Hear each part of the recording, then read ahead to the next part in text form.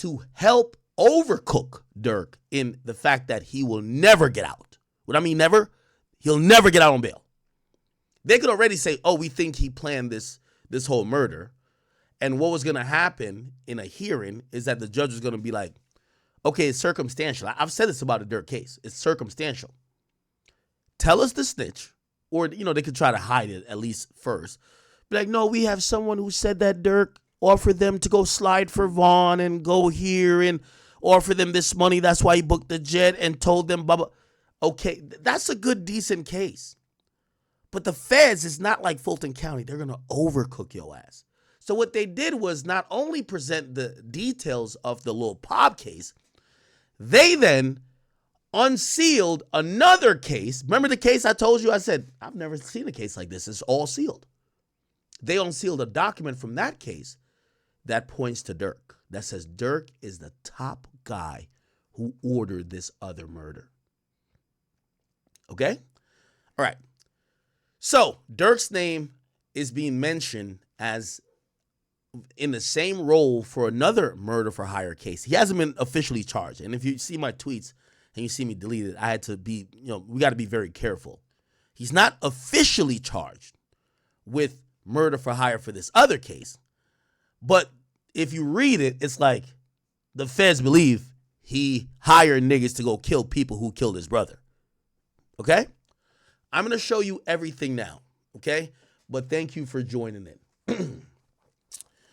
So, give me a second. And I want to start out. And first thing I want to do is just show you this. So, if you're watching this and you haven't caught up today, you're like, what? Why Durk in jail? Please go back and watch other videos. I just don't want to keep doing, retroactive shit. So, this is the filing today, or yesterday actually. Well, today. That, when there's going to be a hearing, the judge likes for you to file some stuff. And then even if you hear they listen to you in person, the judge is going to read this, read what the other side said, then listen to your arguments based on what y'all, because he might have questions about these things. This is what the government said about this. So their whole stance is don't let Durk out of jail for Lil Pop's murder. This is what they said. So the plaintiff, which is United States of America, through his counsel, is basically saying that, it files a brief, and let's get to it, right? So it says the murder case presented is a straightforward detention analysis. No condition or combination of condition could ensure that Durk appearance or protect the community or vital witnesses in this case. Because Durk cannot rebut the presumption of detention merely by offering a small portion. So they're basically saying he's mad rich, so he might try to offer mad money of his wealth in a bond package. He must be detained pending his murder trial, where he faces, and keep in mind, if Durk goes to trial, he faces a mandatory life sentence. This is murder for hire. Unless you cooperate, if you blow trial, you get life. That's it.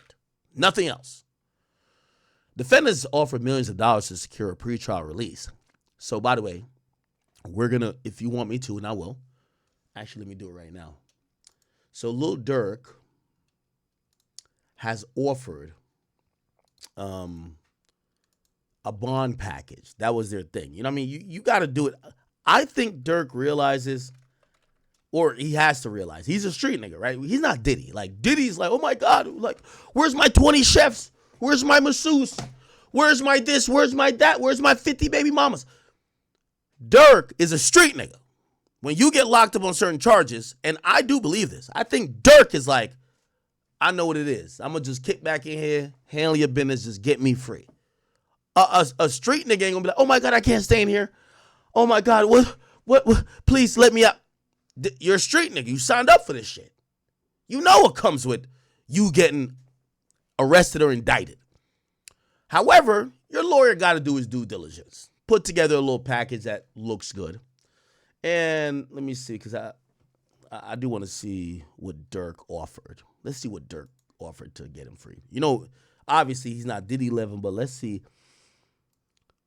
What did Diddy We know what Diddy. Hold on. Okay. Durk off. Okay, so Durk filed something. We're not gonna be able to pull it up. Sorry. Durk filed it under seal. So Durk filed his like proposal under seal. Don't know why. That's kind of odd. I'm not gonna lie. Oh no. Actually, wait. Give me a second. No, it's not Durk. I'm sorry. Oh, I want to make sure I'm being accurate here. Oh, sorry. No. It's additional stuff filed by the government. I apologize. Okay, man. Okay. All right. By the way, if you never watched a stream of mine, I get into every fucking detail. So please, like, if you're just looking for a summary, I could give you a summary real quick, get you out of here. But these are for the people who definitely want to know every single thing happening. And that's what we do, right? So check this out. I already pulled it up. So this is Durk's, and we're gonna read through it real quickly because we want to get to I gotta read this thing to y'all. Oh my God, we're gonna learn so much. Okay, here we go. I got this. All right, okay. So this is Durk's. Durk got Christy O'Connor on it. Okay, Durk, I see you, my boy. Of course, Drew Finland is his main attorney. Marissa Goldberg is going to be underneath. Jonathan Brayman, who's a Chicago lawyer. Okay, so here we go. So they're offering. So essentially, Durk, devoted husband, father. Oh, look, husband. By the way, the blogs. I don't know if y'all want to quote me because I've seen some people say, "Hey, Durk might be married."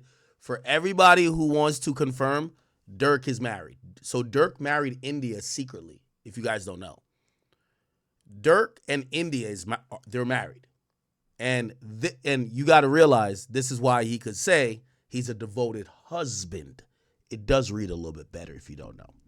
So all the blogs y'all could run with that. The Durk married India before he got locked up, or maybe through I don't know how it got finalized. I could probably pull that marriage certificate somewhere, but he's married to India. He's a father, we all know that, and a son, obviously. And an internationally renowned musician and recording artist, and he should be granted pretrial release on reasonable conditions that include the following. A bond secured partially in full by a $2.3 million equity in 2 homes. Georgia, and a $1 million cash tendered by Sony Music. Okay. Yo, big shout out to Sony, man. I like when the record labels who have profited off the death music finally say we'll put some money up to get our death music artists out.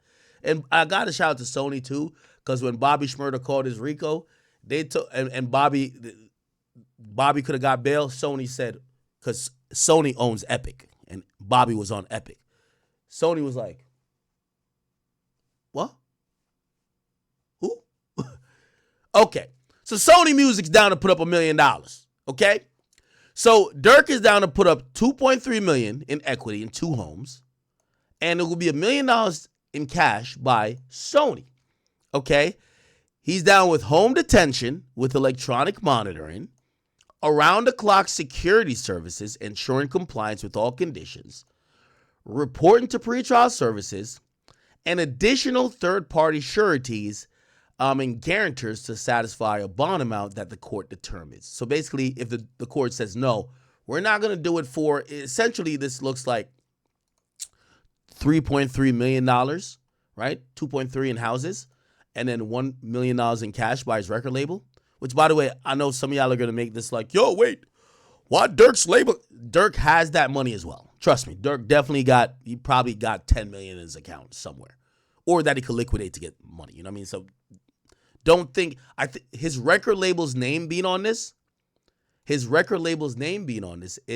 to show that there's reputable, publicly traded companies that value him and actually enlist their trust in him to want him to come home. Again, the difference is when Bobby Shmurda and them went in, they didn't really bank no money.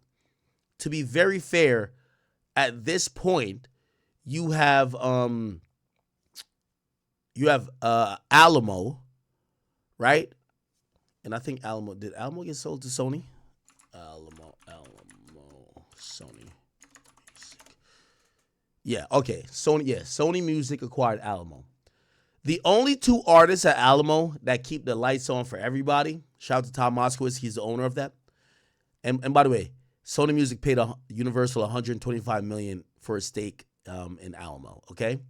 So it was actually between 188 and 225 supposedly, okay? So Alamo was acquired for like, let's just call it $200 million. Only two people that matter, Durk, Rod Wave, okay? Rod Wave's going on tour, doing great things. If Rod Wave got in trouble, I definitely hope not. I would imagine Sony through Alamo would do the same. Durk and Rod Wave keep the lights on over there. So you could imagine them saying, hey, listen, we'll put up $1 million, right? Bad. All right, cool. Now, here's the thing. The problem here is murder. Even with what I know, sexual assault, murder, these are heinous crimes. But with murder and violence to that extent, especially when you have other cases, even if they offered $20 million, it's murder. And I think every gangster in the street, if you're a gangster in the street, I don't care how rich you are, you should be down to sit for a murder case, because in murder, it's not about how much money you have. If it's fraud, it could be money. If it's assault, okay, you got money. If it's any other crime but murder, and especially you have to realize with this case, it carries a mandatory life. So $2.3 million obviously is not the $50 million that Diddy does, but still, it is what it is, okay? All right, and then they said the following is based upon the attached memorandum. Oh, you can't see it. Memorandum of points and authorities, and attached is Exhibit 1 and Exhibit 2 under seal, the files and records in this case, and blah, blah. Okay. So Exhibit 1 ends up being, the proposed bond is trying to make sure, so they're going to try to explain why he's not a flight risk, okay? Remember, he's trying to board a private jet. By the way, here's the thing. Drew Finland is on this case. And Drew Finland, even though he wasn't on the Youngboy case when Youngboy got bail or got house arrest, Drew Finland is the guy who could create a package that you could get bail on. You get what I mean? Like Youngboy got, I'm going to be honest with you, Youngboy's house arrest package was, shout to that nigga, man. Yo, you'd have went to, if you ever went to Gravedigger Mountain, you'd have been like, if this is house arrest, I'm here for life. I'm here for life. I'm going to just sign up, okay? Looked amazing, okay? So, they're trying to create a package where this guy can stay in his mansion and fight a murder charge, but the government is slick. You're not going to fight a murder charge from your fucking mansion, my nigga. Matter of fact, we're going to say there's multiple murder charges. Matter of fact, to keep it real, it looks like you're overcooked. You shouldn't be out at all. Okay. So it says this murder case is so this is Durk's lawyers speaking, right? Again, we have a lot of paperwork to read through, so just bear with me. So, again, we went from this, hold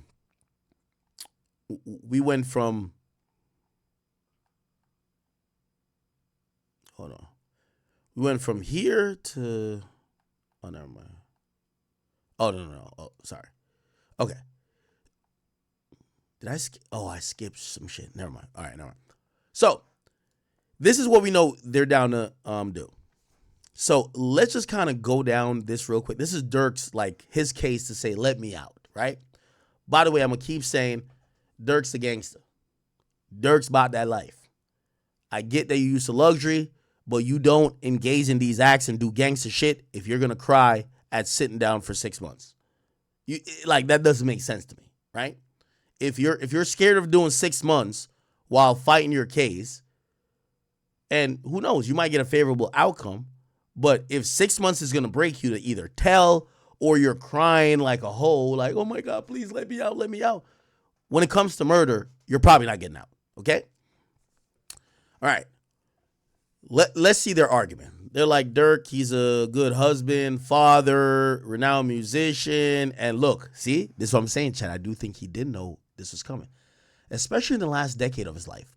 He's demonstrated a genuine resolve to publicly advocate for improving undeserved communities and stopping violence in those communities. Come on, man. Due to the strength of his character, they're leaning heavy on his character. All my life, I try to change. These days. You see why? You see how everything is playing into itself, playing into position at this point.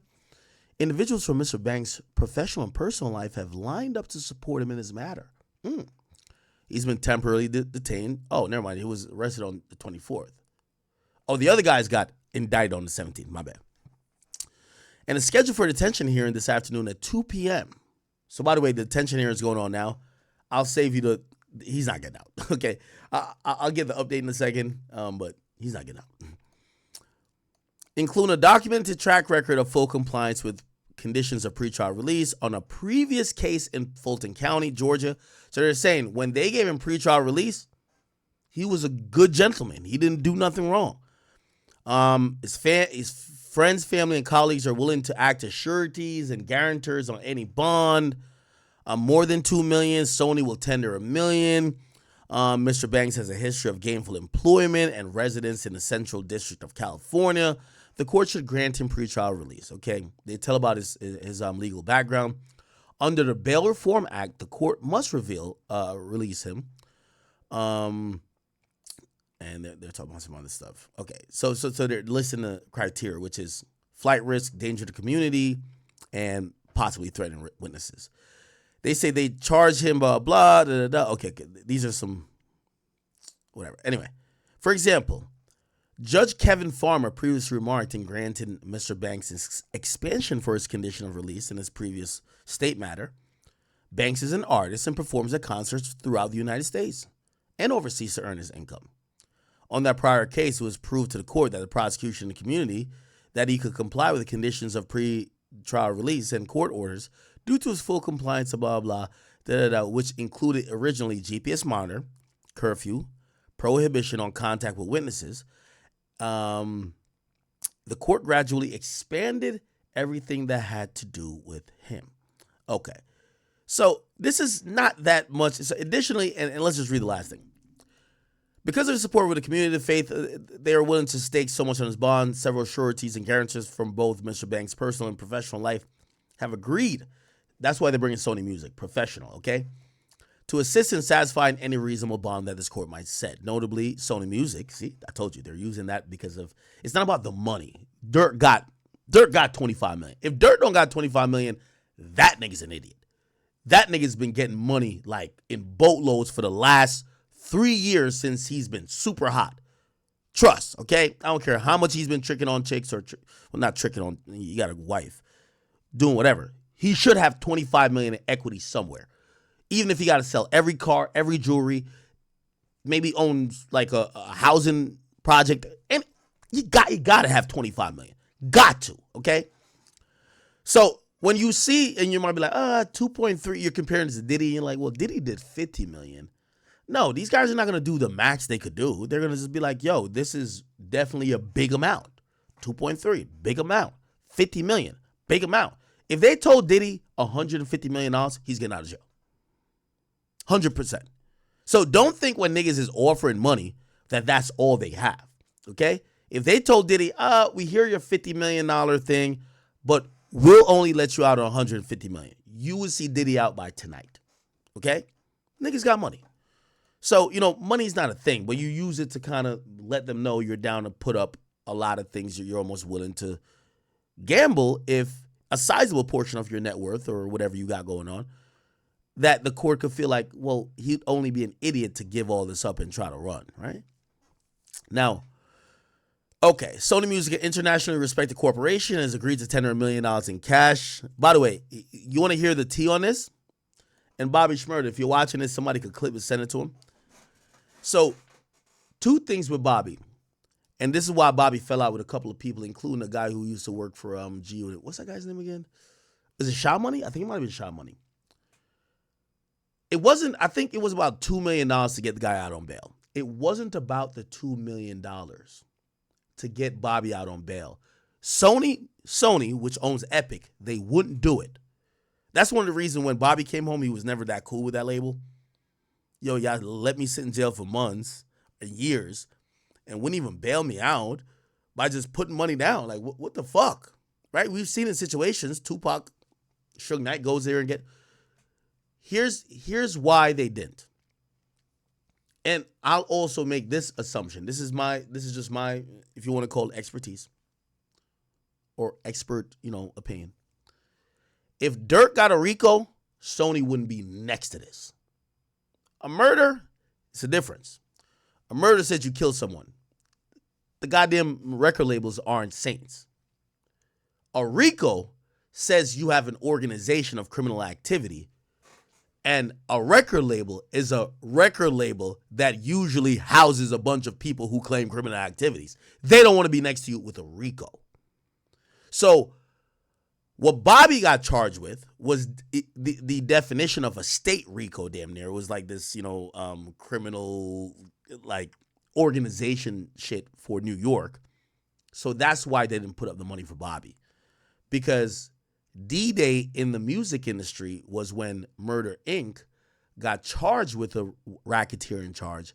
And when they got charged for that, essentially, what happened was that they raided the label to look for financial documents on how maybe they funneled money to criminal shit to deal with the case. That spooked everybody in the building to say, whoa, do we really know where the money for these labels are going? They're grossing billions of dollars. Trust me, a label pays for weed, cocaine, hookers, and I'm saying this is off the cuff, tongue in cheek. They pay for a lot of shit, but they're not telling niggas to pay for it. But an A&R might be like, yo, this is the budget to spend on you to keep you good for the day because you're here for 5 days in the city. Okay, what you want? Yo, where the bitches at? I don't know no bitches. All right, I'm just going to get some hookers for you. That's illegal, prostitution. So labels pay for some shit, but the label don't agree to it. It's the A&R who's doing the bullshit. Like, oh, we'll get you this. Like, if you sign to a label, ask your A&R for anything. Yo, I need three bitches I want to have a foursome tonight. If you're big of an artist, they'll go pay the bitches and get them. That's a fact. Yo, I need some coke right now. I can't. Oh, yo, we got a big studio session. It's you and Post Malone. Okay, that's cool, but I can't make music without me taking some coke and fentanyl and some goddamn, I don't know, whatever new drugs, some Xanax. You know what your labels A&R gonna do? All right, say less. They gonna call somebody up, pay with their shit. It's not gonna go all the way to Universal or Sony, but they're gonna buy you some coke, nigga. That's how it works. I don't know if y'all knew this, but that's a fact. Your label gets you whatever the fuck you want to make the music. So anytime there's a RICO that come out, they step away like. They rather you catch a murder than a RICO. 6ix9ine caught a RICO. Universal told Capitol, and 6ix9ine was signed to remember the guy who now runs Atlantic? Elliot Grange, who's the son of Lucian Grange? He's signed to the son of the most important nigga, and 6ix9ine was a cash cow for $10K. The moment they saw RICO, they said, that's when Dummy Boy was coming out. They said, we don't want the album. We're good. Nothing's coming out. We ain't putting out an album. They'll put out an album for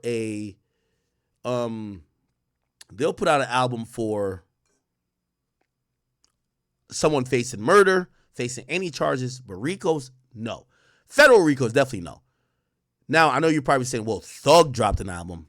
That album was probably scoured by, Thug is under 300 YSL, and that now is on Warner. Their legal team probably approved that album. That's why y'all didn't feel that album like that. That album couldn't have nothing on it. That album couldn't have anything on it. If you listen to 6ix9ine's album, Dummy Boy, when it came out, he tried to get it pushed through UMG. You know what they said? Fuck no. he changed lyrics. They changed lyrics. Because he was in there saying some gang shit, and they were like, bro, after you get a RICO, you want us to release music with you screaming more gang shit? Okay, buddy. They changed those lyrics. Universal still said no. So that Thug album, I get it. It's not a federal RICO, but it was the definition of a state RICO. The lawyers at Warner put that album out. Guaranteed. Guaranteed. Whatever they had to probably listen to every line a million times and said, and by the way, this is how you know 300 valued Young Thug. Most labels would just tell you, no, nigga, you're in a RICO. Fuck out of here. You're not getting no music put out. The hell? You ain't gonna get us brought into it. So that shit had to go to the legal department over at, I think they were at Warner. If they weren't there yet, whatever company they were being distributed through at that time, that the legal had to go review that, okay? Now, why am I saying this? And let's bring it back to there. I'm saying this because when you could put that your record label is putting up money, it does matter. I'm going to tell you how it matters. Now, again, this is a murder, so it's very different. But remember when T.I. was caught with like 15 hand grenades, like 3, like, you know what I mean, silence. The nigga had every fucking weapon in the world, looked like he was an ISIS terrorist, and he got out on bail. He got out on bail because Atlantic Records vouched for him. It does matter when you have a big record label, that a big publicly traded company, a $1 billion company saying, we'll be at fault if they fuck up. So Atlantic, which is always been owned by Warner, they put their line, they put themselves on the line for T.I. because T.I. was the guy for Atlantic. Okay? So that's how T.I. got out. Because I know a lot of people, because people be wondering why certain people get certain privilege. No, your record label is gonna, T.I. was the hottest shit popping. Oh, it's T.I. Okay, cool. By the way, I'll give you this. Atlantic also, they vouched for they did vouch for YoungBoy early on too. So you got to give Atlantic some credit, at least the previous version of Atlantic. Anyway, let me get to, there's so much shit to get to. Chat, we didn't get to the good stuff yet. Okay, let me see. Is everybody in here chilling? The Academy channel, y'all chilling? Okay. Twitter, I see y'all chilling. Okay. We're going to get to this stuff. Okay. So essentially, this is a pretty stripped down bail application. So this is the memorandum in support of his request for pretrial release, which is like, it's like supporting the bail application. This was not going to work. And again, I don't know if they've made the ruling yet. He's supposed to be in court like maybe at this moment. He's going to get denied. You know why? The feds are going to say you're a killer. It's not about the money. Okay, even if we don't use the fact that you were getting on a plane when we locked you up, you're a killer. You get niggas killed. And if you could get niggas killed out of jail, why would you not get niggas killed that could be testifying against you to put you in jail if we let you out? So none of this addressed the fact that, you know, he won't have like phones or anything. They're just saying he's a good guy, and you know, we should look at the people who are supporting him. Nothing says that they could guarantee the safety of the community, and that's why he's gonna sit in jail. Okay, all right. So that's what Durk said. So let's go back to what the feds are saying. So, and this is the interesting part. So Durk submitted their memorandum first, and then the feds submitted theirs. Told you the feds ain't playing. And they've been wanted Durk. Check this out. So they said this murder case is a straightforward detention analysis. No condition or combination of conditions can ensure that Durk will appear or protect the community, including vital witnesses in this case. The defendant cannot rebut the presumption of detention merely by offering a small portion.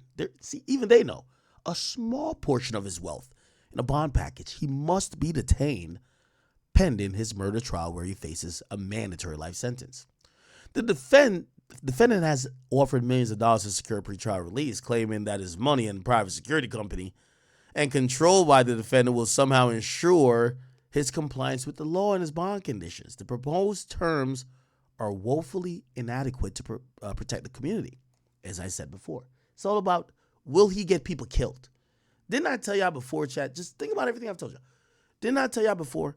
This case is primarily going to come down to, do people snitch on Durk? If all of the witnesses that the feds got die, Durk walks. Facts. There's nothing that puts Durk in jail other than snitches.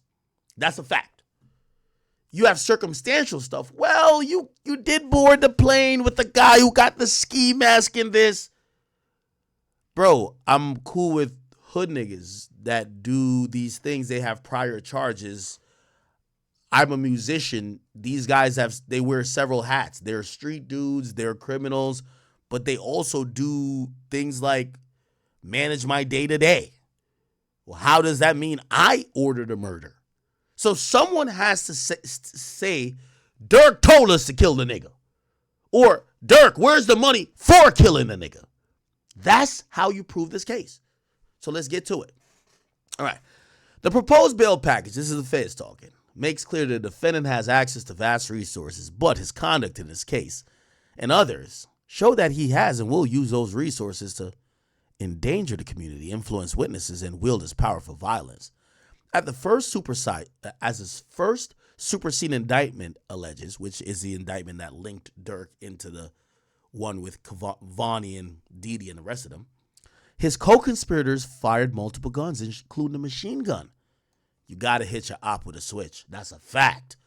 His co-conspirators fired multiple guns, including a machine gun, to target one of the defendant's rivals, resulting in a murder in broad daylight at a gas station. Just as he offers money to secure his release here, the defendant had offered money to secure the death of a rival that afternoon in L.A. Attempting to collect on the defendant's promise of a monetary reward, the shooters opened fire on the defendant's rival, killing the rival's family member, Lil Pop. The defendant showed no mercy and no remorse following the murder. Instead, mocked his rival and sought to commercialize Lil Pop's death by rapping about his revenge. But if the allegations in this case weren't enough to detain the defendant, which they are, this is what we're talking about, a separate federal case in Chicago also underscores why the defendant cannot be released pending trial. As alleged in a recently unsealed search warrant affidavit in the Northern District of Illinois, the defendant offered money for people to kill those responsible for his brother's murder. I'm going to be honest with you. I don't care what none of y'all niggas say. Fuck y'all. Somebody kill a family member of mine. Trust me, I'm putting all my bank account to the killer. Go get that nigga. I'm sorry. Sorry, I can't blame Durk for this one. I can't blame Durk. He still didn't do shit. Like, this is false. This is fake news. But I know y'all hypocritical fans who used to be trolling slide for Vaughn. Okay, the slide for Vaughn thing I get, but slide for your brother, you don't got to tell me that. You don't got to tell me that. You don't have to tell me that. You don't have to tell me that at all. You don't got to troll me about that. That's going to happen, okay? It's like somebody killing your moms. Do you give a fuck about anything else? That nigga got to die. Got to. No matter if you got 10 billion or $1. Fuck that. Anyway. Offering money for people to kill those responsible for his brother's murder, and more specifically, offering to pay for any gangster disciple that is killed. Evidence collected in this case also shows the defendant allegedly placed monetary bounties to solicit other murders, including a family member of a witness. Oh, shit. The defendant's MO is clear. He will use his power, money, influence, and any pretrial release to endanger anyone who he perceives as a threat, including witnesses in this case. Argument. The defendant's supposed to be presumed at a flight risk and a danger. They said, here we go. Hold on. I don't want to read every single thing. By the way, I'll upload this to the academy.blog afterwards if you want to see it. Okay.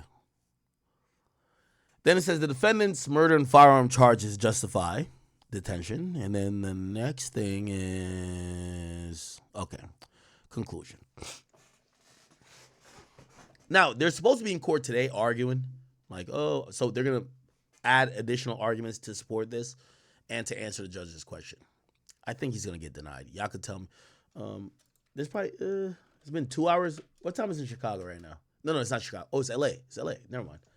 And I think it was a 2 p.m. thing. So the detention hearing doesn't start till 30 minutes from now. Yeah, so he's not there yet. Okay, all good. All good, my people, all good. Now, chat. This is what y'all came here to see. Can I get a little roll call real quick? Everybody up in the building cool? Everybody on King Akademiks channel cool? The Academy, y'all cooling? We on Rumble, we cooling?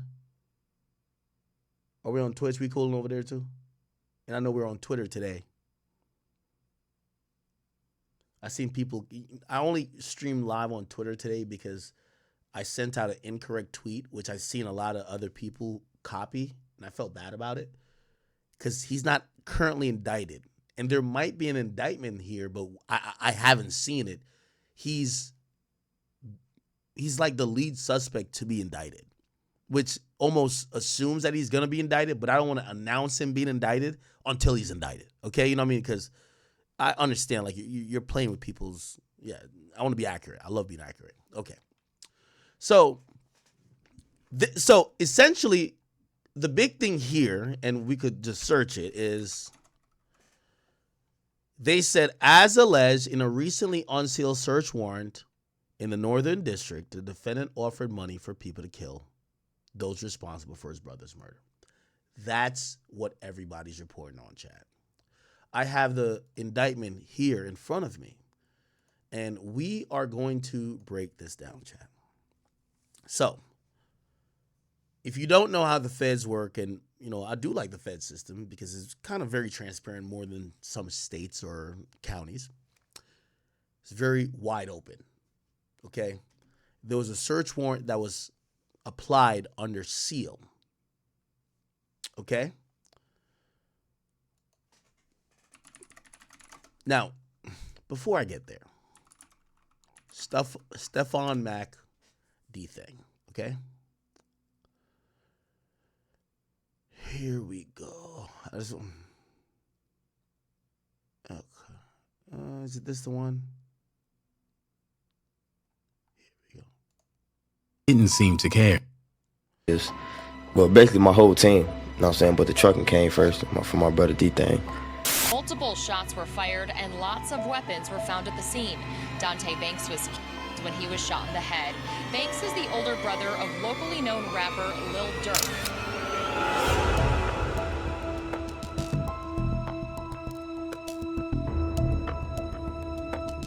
One evening in 2021, Dante Banks Jr., better known as OTF D-Thang, and as Lil Durk's older brother, was at a club in Chicago having a great time partying with his friends.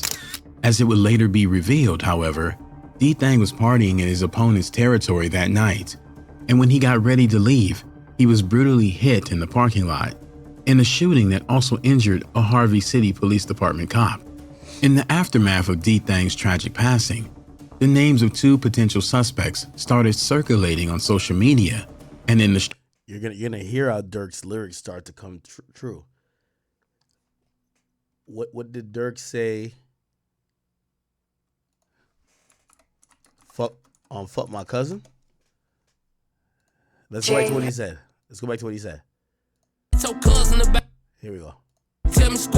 They ass was down too, right? After his brother died. Let's go back. Tragic passing, the names of two potential suspects started circulating on social media and in the streets of Chicago. Both of these men were rival gang members to OTF D-Thang, and based on his previous history, it's highly likely that the accusations are true. Disturbingly, just 1 month after the shooting, the two alleged suspects were hit at a gas station in Chicago. And that very same day, dozens of D-Thang's best friends and allies, including Lil Durk himself, posted images of him on social media, strongly suggesting that the hit of the two suspects might have been carried out in retaliation for D-Thang's hit. As of today, Police are yet to confirm the identity of D-Thang's assailant. It was the evening of June 5th, 2021, and OTF D-Thang was at a club called Club O on the 17,000 block of South Halsted in Harvey, near Chicago, having the time of his life. Although he was hanging out in a relatively unsafe part of town. Now, chat, I see some of y'all saying in the chat, I'll be like, yo, Act, you the snitch. Like, you doing too much. I ain't even gonna lie to you. When I seen this come out, because I'm like, yo, I'm either have the, like, I know I'm good at what I do. And I keep telling you, police job is pretty easy because, like, these days it's just spelled out on the internet. But I was like, did they watch my video then go do all this shit? I'm gonna show you a search warrant. The search warrant is from a year ago. So before we ever talked about this. So I had nothing to do with it. The police already was doing. I'm just good at predicting the future. As I predicted the death, not death, but the death of the career of many rappers and other things. I'm just, I try to be informed. But no. I have nothing to do with police, bro. Please. No. I love Durk. The fuck? Why would I tell on Durk? The first thing I would tell on is Meek Mill. I ain't gonna lie to you. If I could tell it on a nigga right now, I would tell on Meek Mill, give that nigga 70 years in jail. And in the territory of the Gangster Disciples, or GDs, his opponents, he let his guard and his hair down and spent the night having a good time in the hookah lounge of Club O. Chat. All right, I'll just show you the look. This is a search warrant we're going to look at. What does it say? Filed 4/6/2023. That's April 6, 2023. That's a year before I ever said anything. So don't ever try to say, listen, I'm just good at finding information. I'm good at putting it together for y'all to know.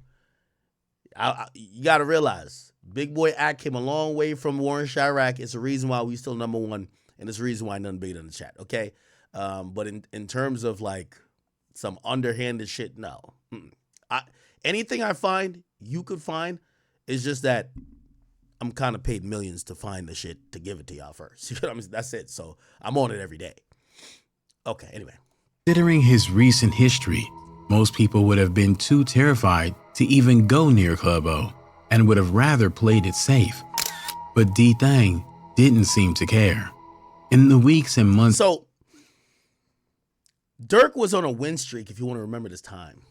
Durk is doing good. Von did pass away, but, like, Durk is killing it. And from what I've heard is that D-Thang was just feeling himself. Like, D-Thang was just like, man, I'm that nigga. And not necessarily let his guard down, but felt brazen enough to say, yo, I'm going to this club where I know I could run into anybody, but I'm that nigga. And also, here's the thing, too. A lot of the beef that Durk was having at that point, at least mainstream-wise, was focused on NBA YoungBoy Quando Rondo because we saw because King Von had died, right? So King Von had died. So people are thinking that, yo, he got beef with people from out of town.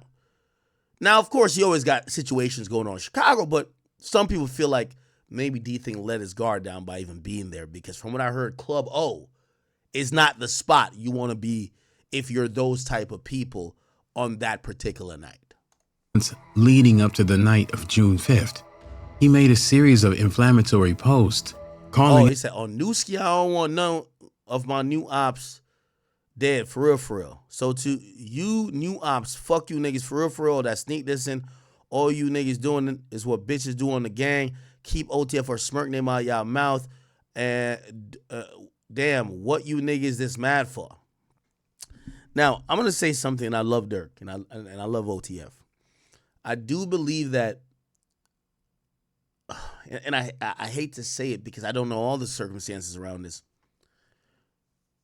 Do y'all see FYB Main going to O Block and him like, yo, let's squash the beef. Nah, we pushing peace now. It's very easy to forgive your enemies when you have won at the game of life. It doesn't mean that your enemies are down to forgive you, especially when they're losing. So J Main going to O Block and be like, oh yeah, now I'm getting hundreds of thousands, if not millions of dollars.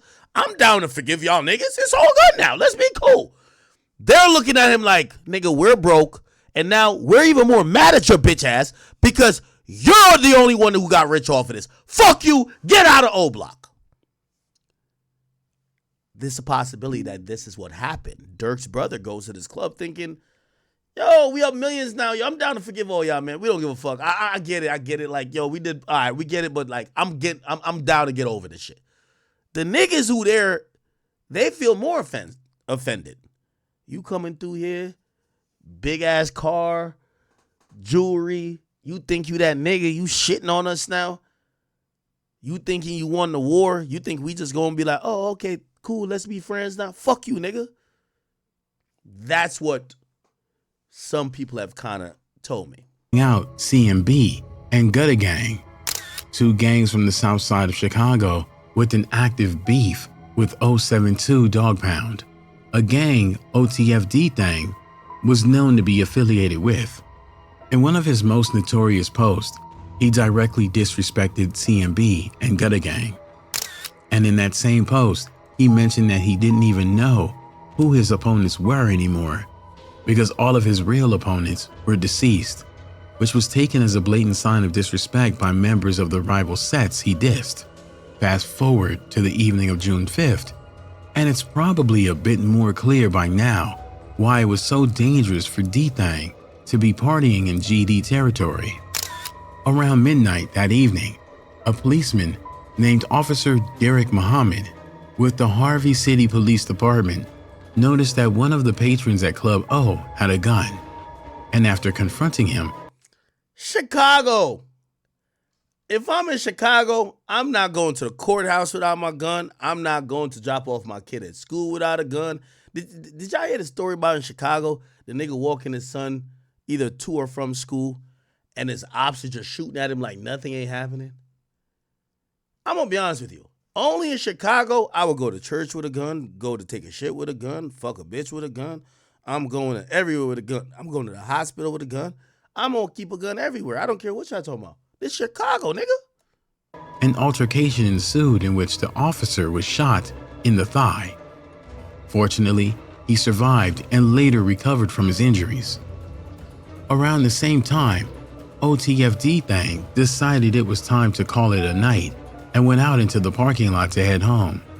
There, speculators claim they saw D-Thang get into a verbal altercation with other patrons from the club, and after a few seconds, they saw one of the patrons pull out a gun. What happened next is a tragedy all too familiar to the hip-hop community by now. In the chaos of the altercation, OTF D-Thang was shot in the head and passed away instantly. As soon as the police and paramedics arrived, D-Thang was immediately pronounced deceased. As news of D-Thang's passing began to spread, dozens of his loyal fans, friends, and family members poured out their condolences on social media to honor the memory of the fallen rapper. As is often the case with rappers and gang members who pass away due to gruesome crimes, this wasn't the first incident where D-Thang had been in mortal danger. In 2014, D-Thang's younger brother and famous rapper Lil Durk had beef with another rapper by the name of Mubu Crump. That same year, D-Thang ran into Crump's crew at a meet and greet that was hosted by T.I. and the Shop 147 in Harvey, Illinois, and things got very messy very quickly. To make a long story short, the night ended with D-Thang and several other OTF members getting into a vicious fight with the Mubu crew, all of which was captured on camera. In response to the incident, OTF D-Thang uploaded a video telling Crump and his crew that he wanted to fight them again and taunted the entire Mubu crew for allegedly having run from him during the fight at the Shop 147. 4 years later, on October 8, 2018, OTF D-Thang almost passed away when he was shot by his opponents in a McDonald's parking lot. Although he ended up surviving, Lil Durk's cousin, Baby D, who was with D-Thang at the time. By the way, I don't know if you ever knew about this sinister. Just think about this, chat. Lil Durk almost healed. Right? Almost healed. Comes out, May 2026. May 26, 2023, right? 2020, Vaughn dies. 2021, his brother dies.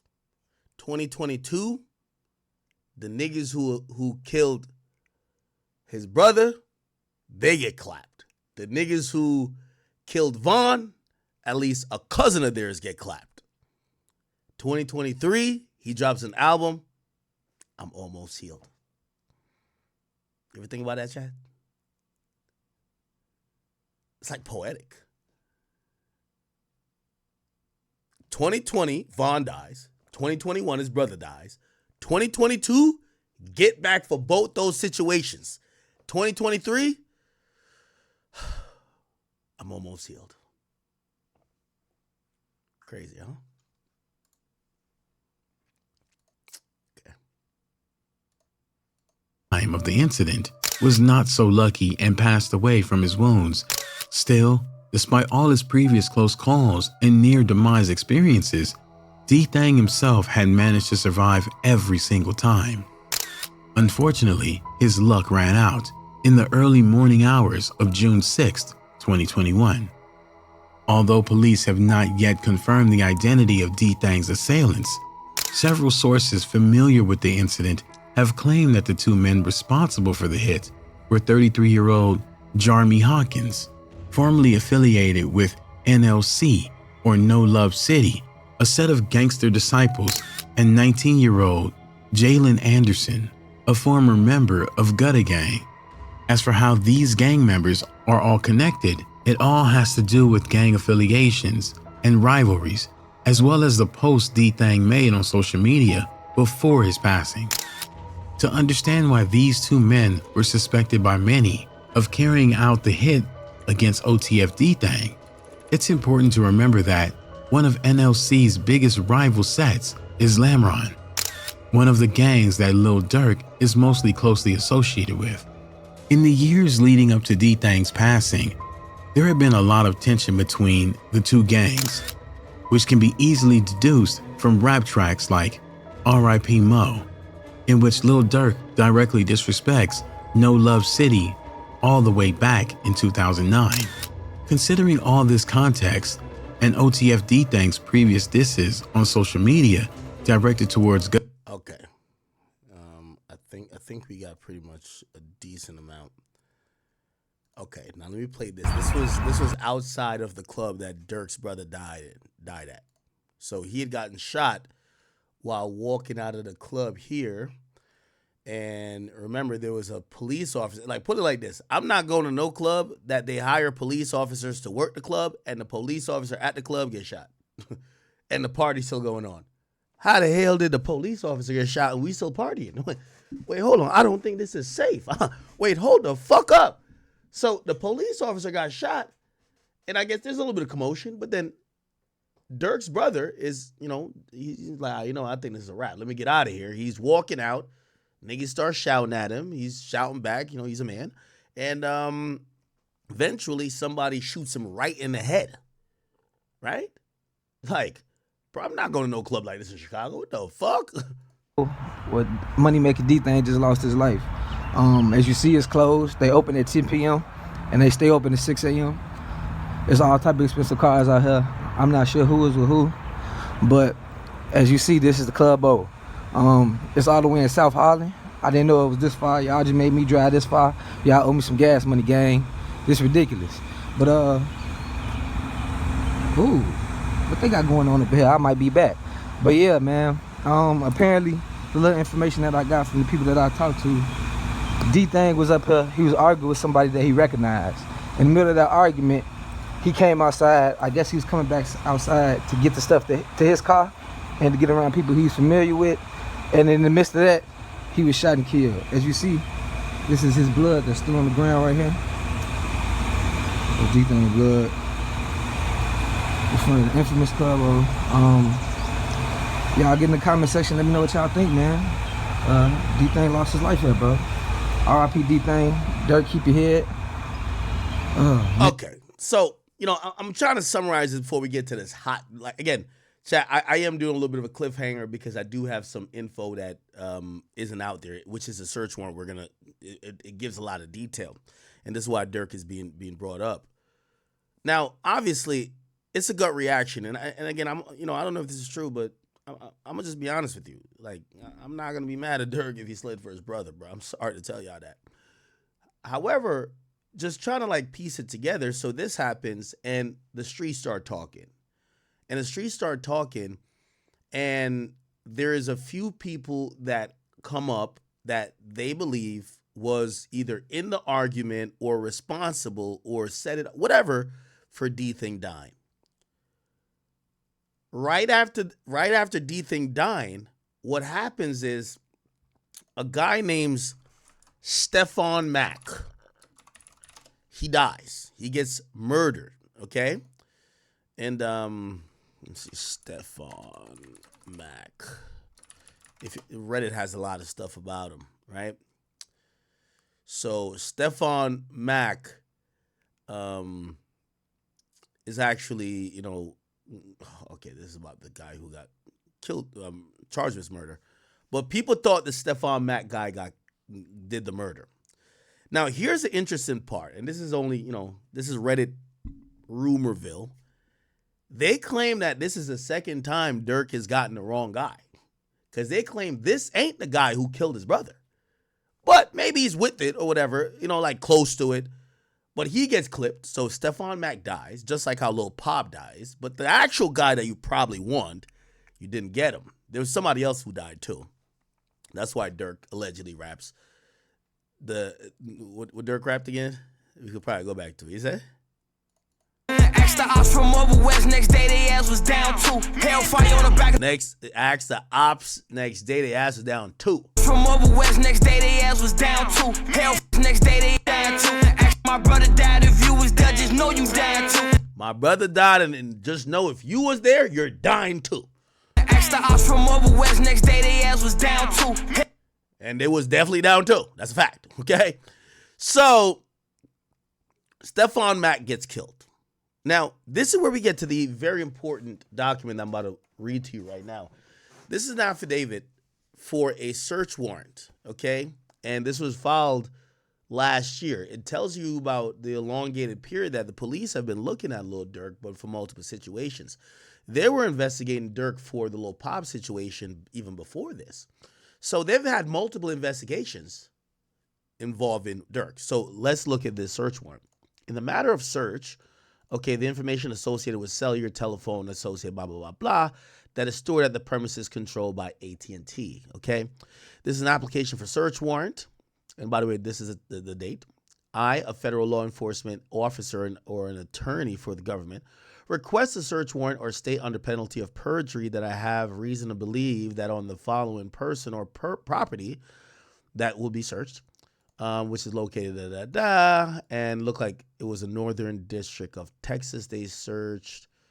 There's evidence of a crime, and the judge signs off on it, right? So the judge, this is the applicant's signature. The judge signs off on it. And this was, again, April 26, 2023. Now, that's the search warrant, like, the affidavit, and, obviously it's been signed by a judge. So that means if they show up to your door with this and show you this and you see a judge sign it, you got to let them do whatever they want in terms of what it says they could do here. But then there's usually a affidavit of what they told the judge that they believe they were going to find, even beyond just this small application. That's where we're going to get some more information. Check this out. So this affidavit in support of an application of a search warrant says, listen, I'm a special agent. And anytime you hear special agent, a lot of times that's a local officer that has been deputized that's became a special agent. Look, I've been so employed since approximately July 2010. I'm currently assigned to the FBI Chicago Homicide Task Force. Actually, this is an actual FBI agent, not a deputized local agent. My bad, sorry. As part of my job responsibilities, I investigate criminal violations relating to violent crimes and gang-related offenses, including blah, blah, blah, federal firearm, narcotics, and racketeering laws. I've been involved with the briefing of defendants, informants, and witnesses, and blah, blah, blah. Just telling what this guy's done. The affidavit is made in support of an application for a search warrant for information associated with a certain cell phone aside to call numbers. One, information associated with a cell phone number, blah, blah, blah, bearing IMEI. This is how much. You don't, this would be a good time. I don't know if I can hit him. I know he's in Vegas. So I can get Myron on here. But remember he was saying about search warrants and like wiretaps and how much detail you have to pull. You can't just be like, yo, let me just run up in their house and just get anything, right? If you want to get some of these things, you need to properly spell it out. This is the number. This is the IMEI number. We believe it's stored at a premises controlled by AT&T. And we want the the warrant to go search that, right?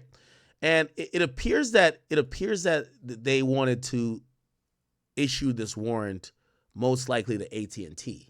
That AT&T could do what's called they're going to copy all the messages or everything going to that phone and that the feds could see. So you don't alert the person who has the phone, but you're still getting everything. Okay, so cool. Subject 1's phone associated with blah, blah, blah. Then we have subject 3 and subject 4 and subject 5. I don't want to bore you with everything. If you guys go to the academy.blog, all this will be posted after the stream. But I just want to get to the important stuff. So as Seth Ford, more fully below, the FBI is investigating allegations that Anthony Montgomery, which is, I think his nickname is like AJ something, and Preston Powell used facilities of interstate commerce with the intent of murder for hire. See? That term keeps coming up. That a murder for hire be committed in violation of Title 18. Cool. They conspired to use facilities, They possess a firearm, Cool. Specifically, the FBI is investigating allegations that Montgomery and Powell murdered Stephon Mack. Now that name comes into play. On January 27, 2022, in violation of the laws of Illinois, in consideration, so they murdered someone violating the laws of state of Illinois as consideration for receipt of something of pecuniary value, which is pretty much they murdered someone for money. Mack was shot and killed by 2 assailants while leaving a youth peace center. Ooh, that's going to play crazy in court. He's leaving a youth peace center and you kill him while leaving a youth peace center. Overcooked. The 2 assailants exited from the parked stolen car firing at Mack, and Mack walked across the parking lot. As the 2 assailants were driving up to the parking lot, Powell used subject 3 phone, exchanged with several phone calls with subject 4. Law enforcement believes that subject 4 is typically used by co-conspirator A. We're now hearing co-conspirators. But for the reasons set forth below, may have been used by co-conspirator B, which is co-conspirator A's brother, at the time of the exchange calls. And I know you might be like, who are these people? We're going to get to Durk in a second. Don't worry. The 2 assailants abandoned the stolen car at the scene, parking lot, after having murdered Mack. Through law enforcement investigation summarized below, I believe that Powell and Montgomery were 2 assailants after the murder. Montgomery left this, and by the way, this is how most murders get solved. People like to plan out good murders, except you're filled with adrenaline. You have to move like this. You forget something. You touch something you shouldn't. You didn't wipe. Come on. A perfect murder in these days, if you want you, if the cops want you, look at the Luigi guy. They're gonna catch you if they want you, right? So anyway, the dude leaves the stolen phone in the car, in the stolen car. He leaves the cell phone in the car, right? And Powell called Montgomery 3 times on that phone. 3 minutes after the shooting, but he left the phone. They had split up on foot different directions, and Powell was likely unaware that Montgomery left the phone inside the vehicle that was used to commit the murder. 34 minutes after Mack was murdered, Montgomery's girlfriend, listed as subscriber for subject 1's phone, called AT&T to report the phone stolen. So the girlfriend, this is some backward shit. You should have reported the phone stolen before, but they would have cut the line. So you could tell they're going to holler at the girlfriend. So right after the murder, the girlfriend calls AT&T to say, yo, my phone got stolen, right? Keep in mind, these guys who everybody think they're smart criminals, they're not thinking that the cops know exact moment when the crime happens. They have it on surveillance footage. They also have timestamps of everything happening with the phone, where it's pinging the GPS location, also every message coming in and every call. So they know The murder happened. 3 minutes later, is getting a bunch of calls that phone left in a stolen car. Then 30 minutes later, when they subpoena AT&T said, yes, we did get a call from someone who was trying to report that phone stolen. Come on, right? This is simple shit. Chat, also we play Monday morning quarterback, right? So when we're reading all these things, I know a lot of times I look in the chat and I'm like, yo, these niggas is dumb. Of course they're dumb when you realize that the cops are just 20 steps ahead of everybody, right? Anyway, 5 days after Montgomery abandoned the phone in the stolen car, he obtained a new cell phone. And they call this one Subject Phone 2. And they said he used Subject Phone 2 to communicate with Powell using what I believe is code language to discuss when Montgomery was going to receive the payment. And that's going to be a big issue. The payment for having murdered Mac. In February 2022, law enforcement seized Subject Phone 2 from Montgomery incident to his arrest in an unrelated case. For the reasons set forth below, there's probable cause to believe that the location of Subject Phone 1, 3, the time of the murder, will lead to evidence of the subject offenses, and that 5, blah, blah, blah. Cool. The statements in his affidavit are based on my personal knowledge and on information I have received from other law enforcement personnel and persons with knowledge regarding relevant facts. Based on this affidavit being submitted for the limited purposes of securing a search warrant, I have not included each and every fact known to me concerning this investigation. I have set forth facts that I believe are sufficient to establish probable cause to search the information in blah, blah, blah, blah. Cool. Now it says on March 24th, 2023, the District Court for the Northern District of Illinois, Honor Jeffrey Cummins, issued a search warrant to search this phone and Subject 2 phone for the evidence of subject offenses in the case of blah, blah, blah, blah, blah, blah. And by the way, you get to realize there's 2 case numbers. Cool. Here's the facts supporting this. And now this is where we're going to get into some shit. As part of the investigation, okay? General background. So they're saying that the GD and the BDs are beefing. Okay, the FBI has spoken with the Chicago gang officers who are familiar with the beef based on their training. And now we get into some a little more specifics. According to Smashville Member 1. And now we're going to get to, again, with these situations, I keep telling you, snitching is part of the crime. Like, let me tell you this. I hate to give people like any hints because I read these things all the time now, unfortunately. If you want to commit a cleaner crime, especially crimes like this, you got to do what they did in, what's that Batman movie where he was like, yo, the Joker told me to kill you. You got to kill the niggas. Like, after you're done killing the person, kill the niggas who helped. That's all you got to do. Kill all the niggas who helped. Because one of them is going to tell. That's the reality of it, right? So according to Smashville Member 1, the Smashville GDs, so there's a member of Smashville GDs who's a snitch. Perfect. The Smashville control territory in the vicinity of 83rd Street to 87th Street and Ashland Avenue and Damon Avenue. And they've been in deadly conflict with the neighboring Killer Ward GDs and other neighborhood gangs that operate and commit violence in the city of Chicago. Okay, cool. Y'all don't care about that much, but here we go. Chat, watch this. Recover from Smashville memory, blah, blah, but this is what you care about. According to FBI Confidential Human Source, CHS1, Mike City is a faction of Black disciples that controls territory and operates in the area of South 85th Street to South 87th Street, from Carpenter to Sangamon Street on the south side of Chicago. Here's a little bit of background on the victim.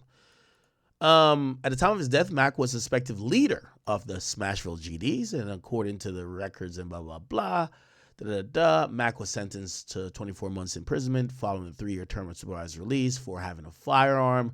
That's about the victim. Now, let's talk about the people who did the killing. Now, you might be like, "Oh, this don't sound like 600. This don't sound like OTF." These guys aren't OTF necessarily, but they're in liaison with OTF, if you want to know that, right? According to this same snitch, Montgomery is a Mike City Black disciple from the south side of Chicago. Circle in red on the left below, so they do have pictures. Shout out to the feds, always using amazing pictures. I like that. Has been pictured with recording artist Dirk Banks, aka Lil Durk, who, according to CHS, one is also a Black disciple from the south side of Chicago. So they have a picture of Lil Varney putting this up, and they basically said, this is Dirk. This is this guy who is Anthony Montgomery. So they show Durk knows him. Now, they're being very callous, or not callous, but they're being very careful because they're eventually going to say, but they're literally saying Durk paid for this. You're going to see it. According to CH1, the leader of Mike City, circled in red below, has ties to Lil Durk and has been in the rap videos with Durk, circled in the red on the right. Have you seen that video before, chat? Cherry production. They really don't mean it. He play. Hey.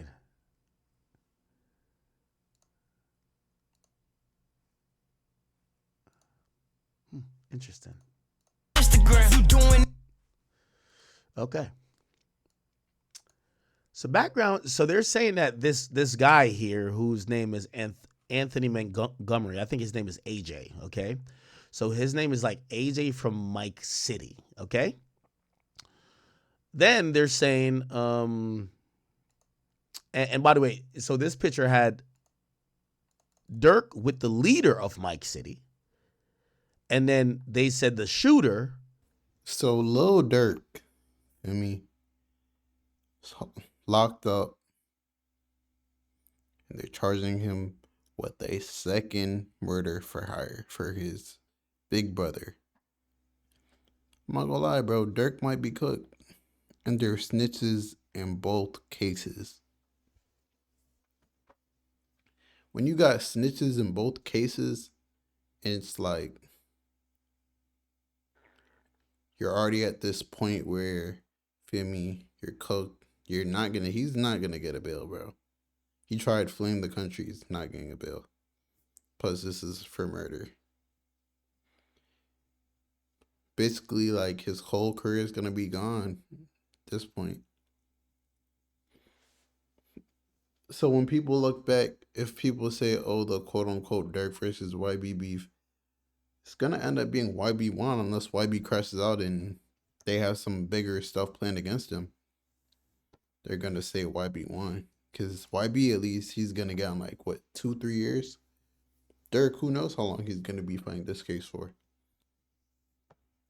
He has the best lawyers in the world, so we just have to wait and see how everything goes. Just pray for Durk, hope for the best. Your boy Big News, and I'm out.